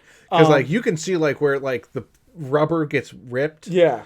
And like, the costume designer was pissed. Like, costume designer was, like, having a minor panic attack behind the scenes. Like, please. Well, they probably had, like, a disposable cowl. No, he was ripping that thing off the suit. Probably. I don't know. Michael's like, finally I can see and I can breathe. It's like, finally I can move my freaking neck. Hey, what up, Chris? So Walken's character, they both unmask each other, and he finally figures out that Catwoman is Selina Kyle. Which, I mean, how the fuck could you not figure this out, dude? Mm-hmm. Why is this lady after you? Mm-hmm. Oh, gee, I don't know. Because you threw her out of a window and she came back, like, fine. And like, she had plenty of opportunities, and he was confused why she didn't try to blackmail him or kill him. Yeah, he's just from like, the start. Okay, so we're just like tight. All right, we're just gonna. Oh, did you like legit forget I murdered you? Cool, that's convenient. Cause yeah, Max Schreck is a character of convenience in this movie. Yeah, to me. Things just kind of work out for him. If I were to guess, 3 or 4 different scripts were kind of. Oh, they were. Yeah. They were. It almost like there's been a few superhero movies, especially in the Batman world, where it seems like they had like 4 scripts and some intern tripped, and they all got jumbled together, and he's like, "Oh shit!" and he just kind of stacks them all into one. There's a few times where you'll I see... feel like that. Yeah, that makes sense with like Spider-Man 3 and stuff like that. But anyway, Yeah. So Max finally goes. He says, "Selena, Kyle, Bruce Wayne, why are you dressed up like Batman?" He's like, he is Batman, you idiot. She literally says that because he is Batman, you moron. He's like, well, Was and shoots Batman. It's not like he's wearing Gee, Max, did you shoot him in the head? Nope, you shot him in the body. He's wearing body armor, dude. But anyway, everyone thinks the gun so works. he shoots Selena a couple times, and she's like doing some nursery rhyme, like Well, she's counting like you've only the killed Penguins killed me, you killed me, Batman's killed me, 3 lives down. How many more are you guys? Like, I don't know, let's figure it out. people. Yeah. And finally, she pulls out a taser from like way earlier in the movie. Yeah, and she's like, I think I'll save my last... One for next Christmas. But Yeah. in the meantime, how about a kiss, Santa Claus? And Yeah. like grabs the power cable Yeah. to the AC unit. Yeah. That's what that is. Yeah. And I guess shocks walk and just bounces. Yeah. Batman goes to the debris, and we just find. First of all, it's beautiful music by Danny Elfman. Oh, yeah. This It's scene. the the penguins whole- coming up out of the water. He's just kind of Like hobbling. a zombie. Yeah, he's just hobbling like. "Arr, arr." Yeah. It's just like he's not even making words. He's just grunting and bleeding. Yeah, and it's blue blood, so I'm like, yeah, he's... I remember that being black, dude. It wasn't yeah, blue. it was black. He's like a slime monster. Yeah, ew. Yeah. And Batman's throwing through rubble, and Max's corpse actually scared me as a child because it's just like, imagine like the screaming face for those of you at home who haven't seen this movie. Look up the Scream painting, Yeah. but then make it like a roasted dude with like big eyes, Yeah. and like white hair, just looking at you, just fucked me up for like a year. Yeah, no, this movie, like, I think the biting of the nose scene was what terrified me. It could be worse. My nose could be gushing blood. He goes, Wait, what? they're all like laughing, like, oh, that's such a weird joke from this goblin. He just like bites his nose off. Ooh, we can use that as a sound. Yeah. Anyway, so Penguin tries to grab an umbrella to shoot him. Yeah. And he goes, "Shit, I picked the cute one. The heat's getting to me. I'll murder you momentarily. Yeah. I just need a drink of ice water." So this implies, Ice cold water, yeah. yes, and then he falls over and he dies. You didn't realize he died. No, I figured, oh, he's in shock or something? Yeah. No, he's dead. Yeah. So this implies that the Penguin's kind of like Mr. Freeze. He has to live in cold water. And because he was getting himself so worked up earlier, he probably overheated himself a little bit. Because you got to remember, where he's at is always cold, right? It's like, it was like an ice exhibit. Yeah. And so he then, Yeah, the fire, the falling into the water, which is poisoned, because he was going to poison the kids. He was just going to throw them into the water and kill them. Oh. Yeah. So, I don't know. And Maybe he just dies of poison, or I don't... Then how did Max not die? I don't... Yeah, it's not a really well Fuck written you, movie. Tim Burton. How the fuck? Wait a minute. No, time out. How the fuck did Max live? But fuck it, whatever. This is not a well written movie. This is what we've it's wasted not. an hour for. Batman lives. He bounces. Yay. Can't find Selena anywhere. We go down the street. Everything's, I guess, calm. Bruce has got like a cut. Ooh, he's got a boo boo. They pick up a cat. It's like a black, because he thinks it's like Selena. I don't know. It's whatever. Fuck it. So then he goes, Well, Merry no, Christmas. it's one of Selena's cats that just kind of hangs out throughout the movie. The Yeah. cat's just so kind he of takes there. it and he puts it back in the car, and he's like, Merry Christmas, Alfred. And he's like, oh, Merry Christmas to you too, sir. And then the bat signal turns on, but instead of Batman, we get Catwoman. Yeah. And that plot point will go absolutely fucking nowhere. Well, yeah, they because after this movie, Burton gets fired. And he didn't want to make this one anyway, so He he's didn't cool. get fired. We'll go into that when we go into So, Batman Forever. Yeah. Yeah, this movie was found to be too scary, too dark. So the next ones will be a lot lighter, a lot more campy. Yeah. Even less, less grounded. Yeah. Way less grounded. Yes. The Riddler has a brain drain machine that somehow doesn't make everyone have cancer. Yeah. Batman and Robin kind of do a lot of stuff better than some of these. Say what you will about Batman and Robin, at least that plot is cohesive. Yeah, at least I can understand it. And okay, all right, I get it. you really don't need to follow along that well. So would you say? All right, so let's talk about, I guess, a little bit of the behind the scenes. I mean, we've already discussed that Anton Furst passed away. He couldn't do Gotham. Everything's still kind of the same. The Batmobile is still kind of the same. Elfman's score is amazing. Yep. What I wanted to talk about was the big thing that was cut from this movie. Okay. Robin. All right. I mentioned before, Robin was cut from 89. Robin had been in scripts since 1982. They actually casted Robin. He was going to be played by Marlon Wayans. Which I could not... I want you to think of this for a minute. He was going to be a mechanic who helps Batman fix the Batmobile. Okay. And then Batman's like, hey, man, what's your name? And I think he was going to say, like, Drake or something like that. Yep. Tim Drake had just existed in the comics. Like, he just came out. So they were going to try to do that, and he's like, hey, why don't you, like, help me out in future adventures or whatever. He's like, okay, cool, yay. That was it. Mm-hmm. They cut Robin because there's already a lot going on. You have Max Schreck, you have the Penguin, you have Catwoman. There's too many things. Marlon Wayans was contracted. He still gets residuals to this day for Batman Returns. Nice. So he was cut, but funny enough, in the toy line, there's a Robin. Mm-hmm. It's weird. That's just... Is it? No. It's just rather Tim Drake Robin. Okay. It looks like that Robin. I was like, can I please get the Marlon Wayans Robin action figure? I mean, that could be possible because he's in the 89 comic. Yeah. And he actually looks kind of badass. He looks kind of like Scorpion. I'm sorry, but I cannot see any of the Wayland You family. have to look it up. He looks actually really cool. I would take... He's got like a hood. He's got like a face mask like a ninja. I would still say I could see him more doing Static Shock than... Because...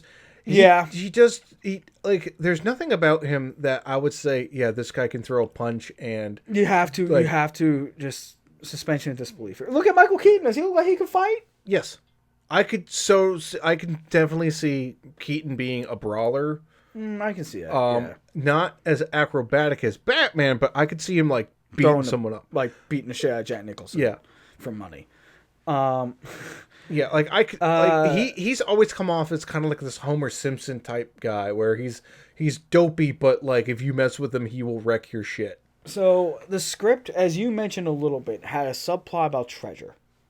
Yes, it was a treasure hunt, which... Let me explain this. Okay. Max Schreck is completely removed from the equation. All right. He's removed from the equation. Okay. The Penguin was already in Arkham Asylum. We were going to get Arkham Asylum in this movie. Okay. And in order for him to get out, he confesses, hey, I know where half the money I stole is. Well, he says all the money, but... Mm-hmm. So he's got birds, and he's got all this shit. And we don't get any of his origin. We don't get that his name is Oswald Cobblepot. At least I don't think we do. Or if we do, it's not really his name. It's just like a fake name that he takes up. Yeah. Catwoman is a thief already. She's just a thief. Vicky Vale's in it. She wants to get married. Batman's like, are you fucking nuts? Do you not understand what I do? Like, no. But then he starts thinking about it. He's like, I don't know, maybe. This is already sounding like a much better movie. It is. But then comes the treasure hunt. They gotta steal like five bird statues or some shit from rich families. And one of them is the Waynes. Oh my god. Home Alone Batman. Kind of. I forget what happens to Catwoman. Yeah, so I forget what exactly happens to Catwoman, but she's really more villainous. She doesn't fall in love with Batman or anything. She's really more akin to the 60s Catwoman, who was just like straight up a villain.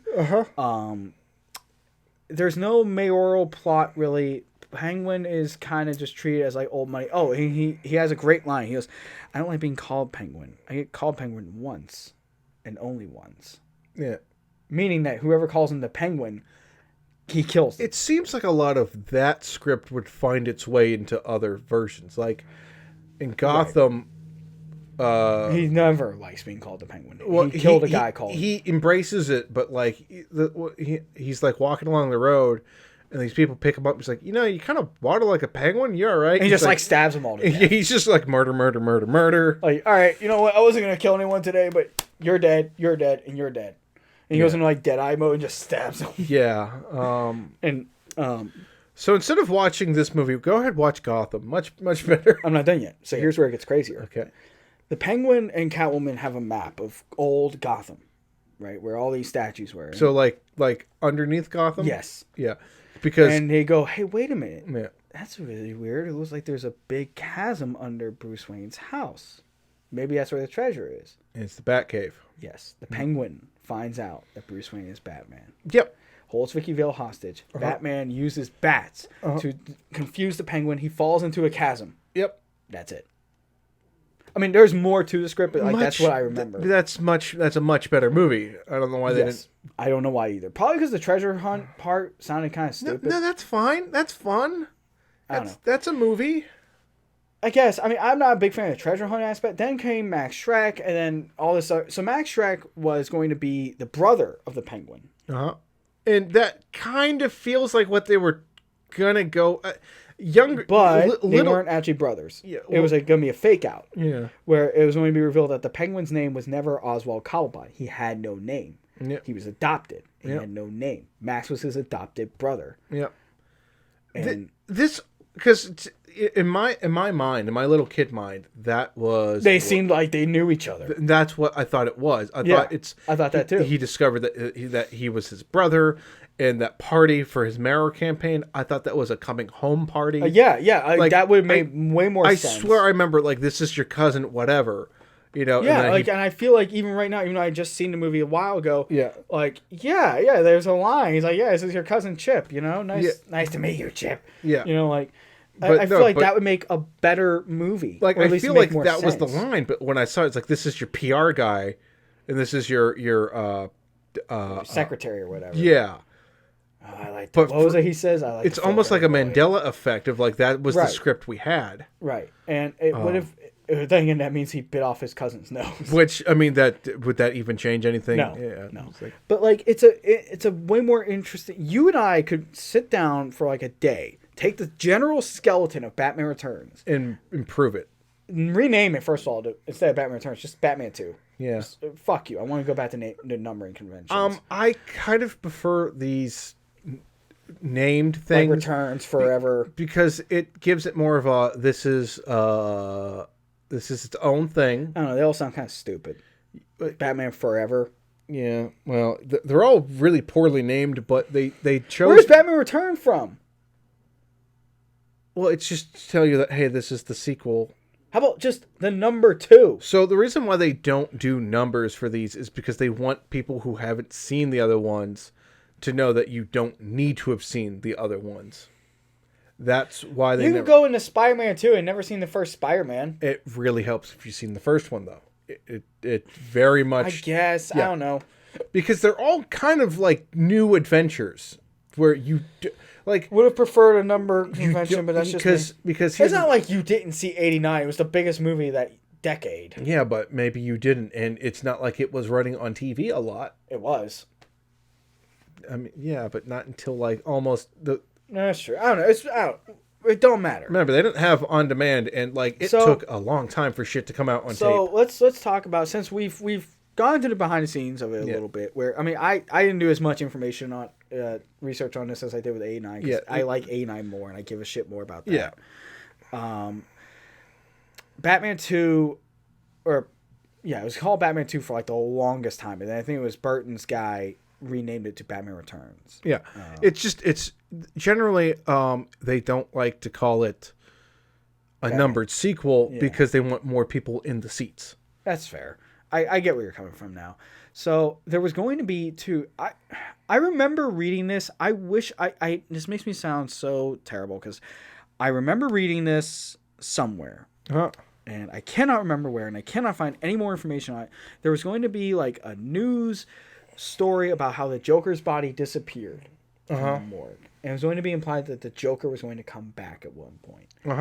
I cannot find any information on this. I don't know if this is true. I don't remember. Like, it's a Mandela effect. Like, did I actually remember this, or did I dream it? Yeah, did you think it? Like, that would be a better fucking plot. What did you think of, I guess, the costume design in this one? Very Burton-esque, especially with the Penguin and the Catwoman's designs. The suit for Batman looks fine. The general appearance of most townspeople are fine. Same.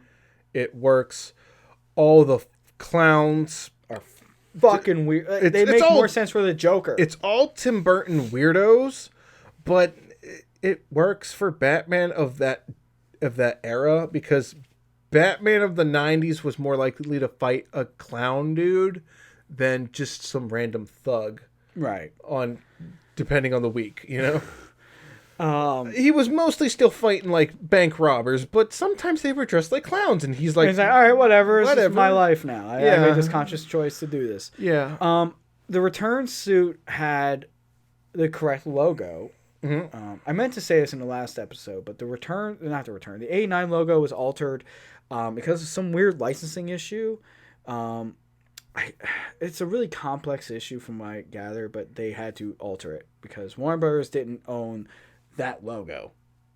They didn't own the logo. DC Comics did. Did Warner Brothers not acquire DC Comics They yet? did, but it's like the weird licensing issues with Spider-Man. It's probably one of those weird things where it's the movie team. So it's just like Warner Brothers has this issue now with Cartoon Network too.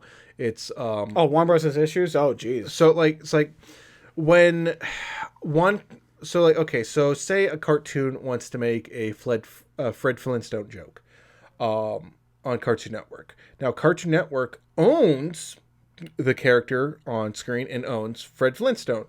But in order to do that, they have to sign a bunch of consent forms, or one department has to fucking fine the other department legal fees. That's probably what happened with it. So if you were to take the Returns logo and put Yeah. on the 89 suit, perfect Yeah. suit.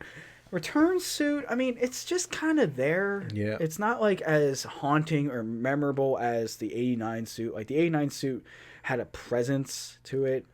Yeah, it definitely Keaton looks more comfortable, and I'd rather him, I guess, be more comfortable. I don't like the shape of the cowl, at all. But you're weird about the cowl. For most people, it's like, yeah, that's Batman. No, trust me, there are some folks I know who are like, yeah, he looks kind of fucking weird in this movie. Yeah, he definitely looks more. It had a bluish tint, the suit. Or at least in some lighting, it had bluish tint. Yeah, well, I mean, I think that's more reminiscent of the comics where black. Yeah, was, it's like how like when in the 2002 Spider-Man, the Green Goblin has like a purplish tint on his mask. a lot of colors. It was because of ink errors that like a lot of people thought Superman had blue hair. Spider-Man was supposed to be black and red, but he's actually red and blue, or he became red and blue because of ink error. Which much better than Yeah, red and blue makes him look more, I don't know, friendly neighborhood. rather than like weird New York Sex month. thing. Yeah. Weird New York gimp, like, hey man, webs or hips? Oh god, can you imagine the not so friendly neighborhood Spider-Man where it's like, I'm here to save you, okay, but don't stand so close to my kid. What's going on Stop, sir. What? here? It's like, I'm just trying to please get away from my child. Okay, It's damn. like, it's like, all right. It's just, Like, shit, I was just saying hello. Fuck. I want. Oh god. I want, Anyway, yeah. we're losing track. So it's very hard to do that with, or it's very easy to do that with this movie, just because to me it's kind of forgettable. It's memorable in like the performances. Oh, Danny DeVito is the best part. Like- Danny DeVito and Michelle Pfeiffer are the best part. Yeah. Michael Keaton's just kind of He's just sort of there. there. He does not give a He shit. He gave so much better. If you were to take the Michael Keaton Batman of '89 and Yeah. put him into Returns is infinitely better of a movie. Well, I think it's the way he's written. Like half the time, like he'll just He's just like shit just happens to him. like he'll just turn on the TV and go, "Oh, I should probably do my job. I Alfred's like, you know what? Yeah, you probably fucking should. like when he gets the bat signal in his face, he's just sitting there, just like The fuck are you doing? it's just he's just sitting there And again, bored. I have so many fucking questions about that setup. It's Like so weird. how the fuck? Like I get it. Wayne Mayer is far away, which also it's a different Wayne Mayer now. But fine, whatever. Yeah. Well, hey, who cares? It's who knows. It's he's on a hilltop, and which actually I think Beatles' Wayne Mayer was on a hilltop. It's usually on a hilltop. Yeah, which again, fine. Because yeah, how the fuck are you going to get that plane out? Yeah. You know, He's just sitting there. So you mean to tell me you have these reflective lights with bat logos on? What if you invite someone over? He never invites anyone over. Or he, but like, or who he, the fuck built them? Maybe he clicks a button and that doesn't show up that day. You know, I have 20 million questions. It's the bat. It's the Wayne Manor. It can do whatever. It's fine. Whatever. It's like it's the same Batmobile. You know, it gets destroyed in this movie, so obviously they did that for a toy because, like, you know, all right, so we're gonna want a new one for the next one. Batman Returns. I mean, do you have anything else to say about it? So yeah, I have my few thoughts is Bruce Wayne's kind of it's a weird because like he's constantly surprised that like things are happening. He's always like the last to know. Yeah, which is weird because he should be the first to know. Like in the '89 movie, he seemed like he was on top of it. He's not very detective. He's barely like it's almost like he was forgotten that he's supposed to be in the movie. Yeah. Catwoman's feminism doesn't quite hold water to today's feminism.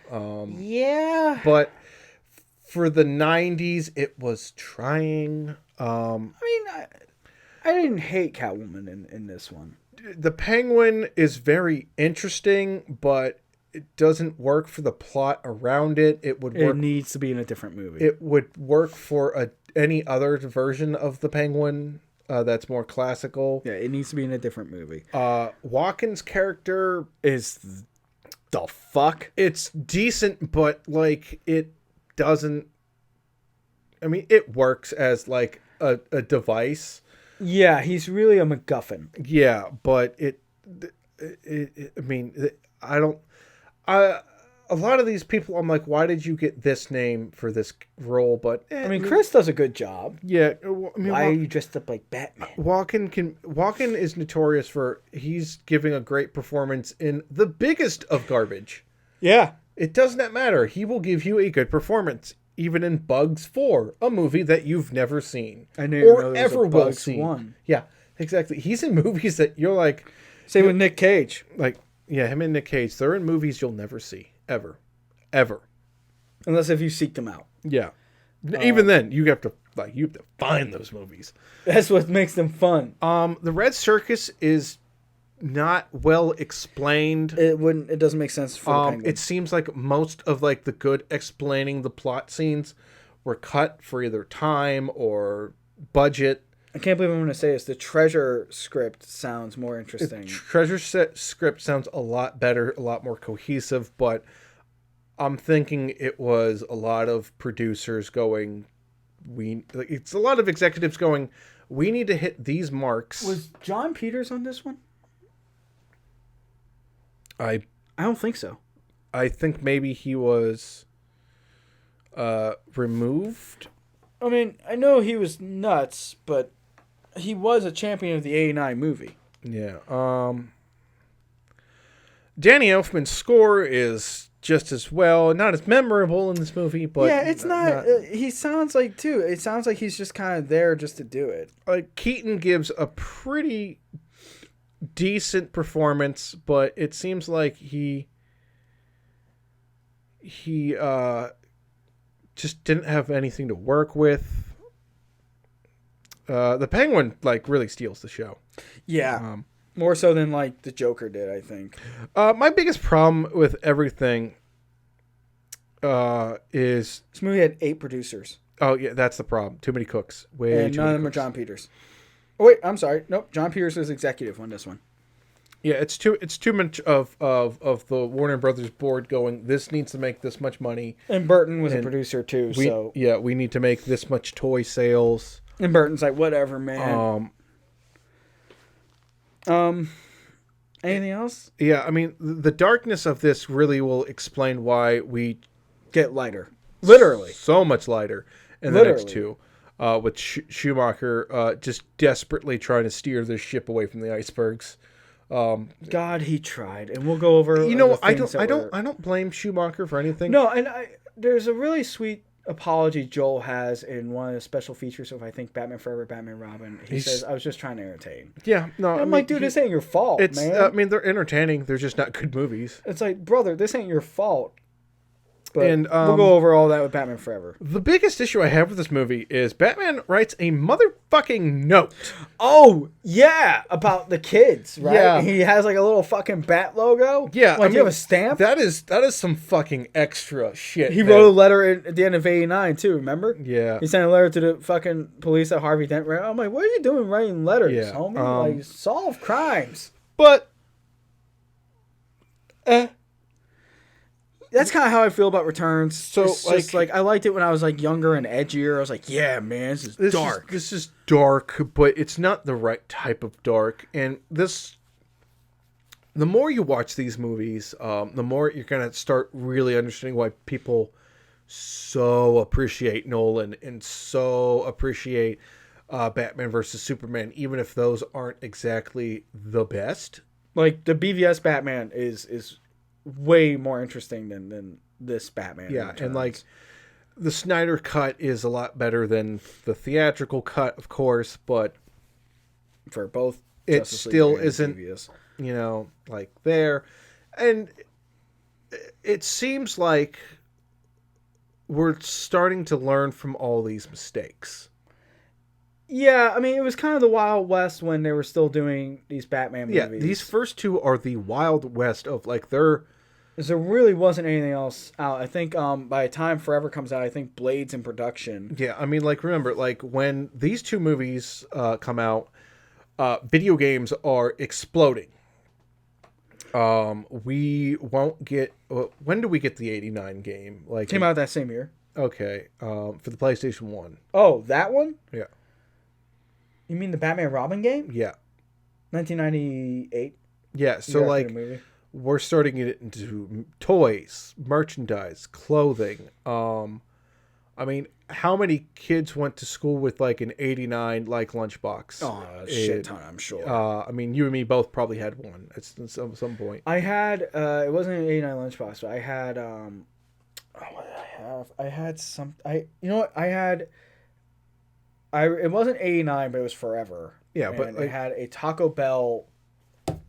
Taco Bell had like a big fucking thing with 89. Oh yeah. Like Taco Bell, McDonald's, Wendy's. We'll go over Burger marketing, King. merchandising for Forever because that I have some shit from Forever. Yeah, like this was when we're like, okay, these are cash cows. This is kind of the problem that we've found with superhero movies, is that we've quickly discovered that we can just milk them dry, which is still kind of a problem now. Yeah, but it's like the fact that Spider-Man has like 4 different costumes in No Way Home.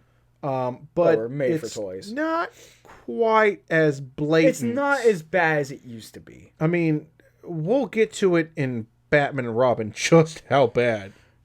And Forever. Forever is just as guilty. All right, so your final ranking. This is a solid like mid. It's not like another 3. It's definitely a 3 because it's like, I would say like 89 is a 3.5 to 4 stars. Yeah. This is at worst 2.5 to 3. It's not terrible.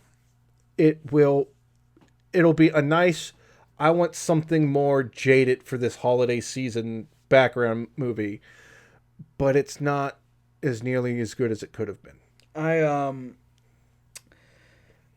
I appreciated it more when I was younger, but there is a reason why I don't watch this one a whole lot like I do 89 or even Forever. This has not aged well, except I will say visually it has aged spectacularly. Yeah, it's filmed very well. Like I've seen stills of it, like just pausing it, like it is amazing to look at. Like it looks more 4K than like the remaster of 89. Yeah, like it looks like it's like every Michelle Pfeiffer scene looks like it was shot in like 52K. Gee, I wonder why. Yeah. Also, maybe some of this is Tim Burton's fetish. Gee, you think? Yeah, maybe it's. You don't have to be the world's greatest detective to figure this one out. Yeah. So yeah. My opinions on Returns, like I said, I don't watch this one a whole lot. It's just because it's a chore. I am gonna be a little bit harsher than you. Yeah. I'm gonna give it like a 2. Yeah, that's fair. I mean, like, the first 89, I was watching it and I was... You have fun with 89. I was having fun, but I was kind of looking at my watch a little bit because the pacing issues. But once that like kind of calms down like midway, Yeah. it's like, okay, this is actually like a really good movie. This one, I was halfway through the movie and didn't even realize it. Like, it just goes. Like, it can... It's a chore. I have to like force myself to watch it. Like, I unlike didn't. Batman Forever. This one kind of just like started. It just went. It just cruised. I don't hate it. Like it's not sounding like I hate it. I don't hate it. But I don't. It's something that's fine but hard to love. Yes, that's. I think like to me, it's not. It's a Tim Burton movie first and a Batman movie last. Yeah. Whereas 89 was a Batman movie first and it's a Tim Burton movie second. Like if you like Tim Burton movies, you'll love it. You'll love this. If you like Batman, you might just like it. You might. If you grew up on the Christopher Nolan movies, first of all, you're gonna hate these two. Yeah. Well, no, you're probably gonna like 89. You're probably gonna like 89 and probably enjoy this one for like fun camp. Then just feel like the hell did I just watch? You're at the end of it. You're like, wait, that didn't make any sense. Oh well, that was fun. It's just the Penguin's the best part of this movie. It's more of a fun ride featuring Danny DeVito. Yeah, as a sewer monster. I got really nothing else. I got nothing interesting. Yeah, you can't super hate it because it's got Christopher Walken and Danny DeVito. Right, and Michelle Pfeiffer. I mean, not gonna lie. I mean, the cast saves this. If this was a bunch of nobodies, this would have been like a dumpster fire. Yeah. I think that's it. I think that's us on Batman Returns. Yep. So after Batman Returns, it didn't bomb, but it didn't perform as well. It did about as half as well as they were expecting. They should have released on Christmas, personally. This was definitely a Christmas. I think that's Burton wanted to do Christmas, but they were like, no, we want to recapture the. I think they kind of set him up once they saw it. They're like, oh. So no, they were really, really happy with the dailies for this one. Really? They were happy with the dailies, but they did not like all the backlash they got. That's why they changed it. Yeah. So that's why they already, if I remember correctly, like they were happy with the dailies for a lot of these, and they wanted to do spin-offs. They wanted to do Year One. They wanted to do a bunch of other stuff. They wanted to keep Mike, and they wanted to keep Michelle. They wanted to keep Gove. Yeah, they wanted to. I mean, they wanted Crystal Donnell. Yeah. To be Robin again. Like we'll get into all that. They were happy with a lot of these performances until the money shows up in the box office. So, Returns in their opinion, underperformed. It was not a flop, but it was not a big Tim Burton of a hit. was kind of burnt out on comic books. He decided he wanted to try his hand at Superman. We'll go into that someday. Was that the canceled one? Yes. Okay. That was the canceled one with Nicolas Cage. Thank God. Yeah. I don't know. He had some interesting ideas. So that kind of affects the next ones. Correct. That one. So I'll go into that one a little bit because they were supposed to be kind of connected. Yeah. But after that, Tim Burton hung his hat up from the Batman franchise. Kind of moved on with his career. Has a very well established career. Has kind of moved on from Batman. He doesn't really talk about it a whole lot. No, this was kind of a gun for hire. Right. Almost. And, he didn't seem like he didn't enjoy himself. The times I've seen him talk about it, he really has, like, he's like, yeah, man. They came to him because they wanted someone who could do dark comedy. And then he gave them too much dark comedy in this one. And they're like, whoa, dude, take this down like 100. He's like, oh, I can go darker, buddy. This is... No, we're good. It's like, they won't let... Society won't let him go dark. So here's how he said it happened. And Warren Bros. agrees this is how it happened. He comes in after Returns. He kind of tells him his idea for Batman 3. He wanted to do the Riddler and all that. And midway through the meeting, he kind of stops and goes... You guys don't want me to do a Batman 3, do you? And they go, no, it's not that. He's like, it's okay. I don't really feel like doing it.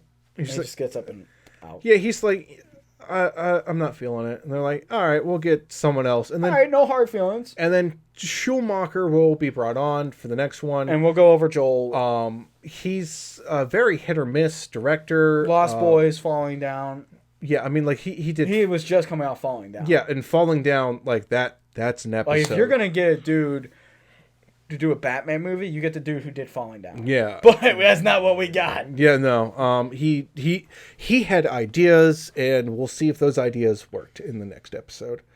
So that's it for returns. Yeah, I mean, I'm running out of stuff to say. This movie exhausted me. We will Just see. talking about this movie exhausted me. We will have a lot more to say about Forever, I'm sure. Oh, yes. Baby. Kiss from a rose. I don't care who you are. If you don't start singing that song, we can't be friends. Yeah. All right. See you guys in Forever. Batman Forever.